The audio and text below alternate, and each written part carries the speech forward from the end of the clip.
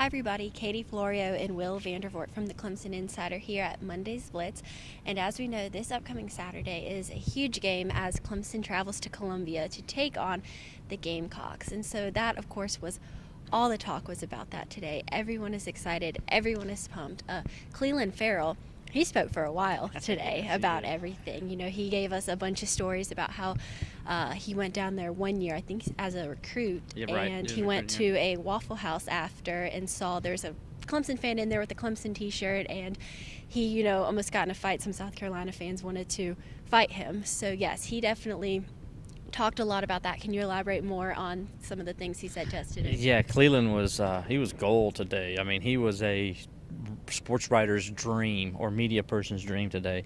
With and you've seen it all over our message boards, and of course, working on a story on it. And so, you know, we put the video up already. So take a go. If you haven't looked at it yet, please go and look at it and watch it. It's very entertaining. Cleland was just very honest and open. And the recruiting trip, you know, he says, you know, the question was, it started off, very first question was, you know, when did you learn, you're from Virginia, so when did you learn how serious this rivalry was? And he says, well, on a recruiting trip. And he says, you know, a recruiting trip to South Carolina. And said that so him and his family are in the Waffle House, as you were saying, and they're getting something to eat, and the Clemson fan walks in, and these Carolina fans just start basically wanting to fight him. And it's like, because he's wearing a Clemson shirt, and he's like, whoa, these guys take it serious down here. And so, you know, that kind of was the wake-up call. And then, of course, as a redshirt, his redshirt freshman year, he was him and a couple other players drove up, because this is the only time of year that they allow the the guys being redshirted to join the team. And so they don't dress or anything, but they can stand on the sideline and watch the game. So that's the only road trip they get to do that on. And so he said that they went down there, and he said on the sidelines, he says Carolina fans were just, the things they were saying, how nasty they were, and he said they'd throw things at them. They were throwing and pouring things on them as they're going back into the players' locker room area, coming on and off the field. He says it was pretty intense, and he says that was a noon game, so he can only imagine what it's going to be like this Saturday, which is a night game, and maybe they've had a little bit more adult beverage than they should. So it's definitely going to be entertaining, and Cleland's was definitely he had a lot to say about it, also about, you know, the coaches said some things last year. Carolina coaches said some things about Clemson players that weren't true, and that kind of got them fired up and mad about it. You could just tell he was ready when he came down. We didn't have to coax him into anything. He just went. You know, it was great. It was great. Great TV. Yes, it was. And then, you know, back in May, a couple months ago, I think it was around May, you know, Jake Bentley made those comments saying how, well, he feels that Carolina is just as good as Clemson, if not better. How do you think some of the players felt about that, and do you think they'll still will have that in the back of their minds as they go into Saturday? Yeah, I asked a couple of guys that today, Cleland and Kendall Joseph, if they remember that, and I asked them specifically because they're defensive players, and Clemson dominated that game. They held South Carolina to 218 total yards. As everybody knows, Carolina's only touchdown came on a trick play in the third quarter when the score was already 42-0. And Bentley's comments were, you know, they felt like Clemson's not that much better than them. And Cleland and Kendall both said the PC thing there, but said, well, he's their quarterback, and, you know, I would want my quarterback to have my back too. But also you could tell it resonated with them, you know, and Cleland even says, you know, he can say what he wants to, you know, that's his privilege. But kind of, you know, he kind of, if you watch his facial expressions, he was sort of, they got word of it.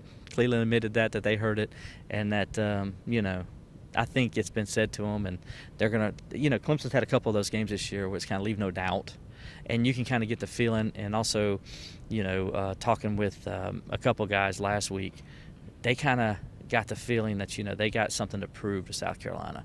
Like they felt like I don't want to say they felt disrespected, but in a way I think they did. And that's kind of the impression I got from both Kendall.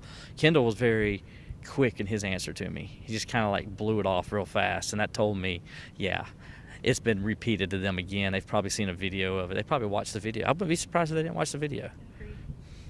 So, and you know, for people who grow up in the state of South Carolina, this is a very, very personal game to them. You know, my family's not from the state, so when we moved here about 12 years ago or so, the very first question we were always asked was, well, are you Clemson or are you Carolina? You know, you have to pick one or the other. And there's lots of families that are divided between the two schools, and Tony Elliott's family is an example of that. He was saying today, you know, his sister graduated from South Carolina, and yesterday was her birthday, and he texted her, then didn't get a response back right away. So, you know, talk about some of the things he was saying with his family today. Yeah, you know, he was kind of talking about how pretty intense it is that they don't that this week and the funny part was, he says, okay, anybody knows Tony's very reserved and quiet, so he's not a very outspoken guy.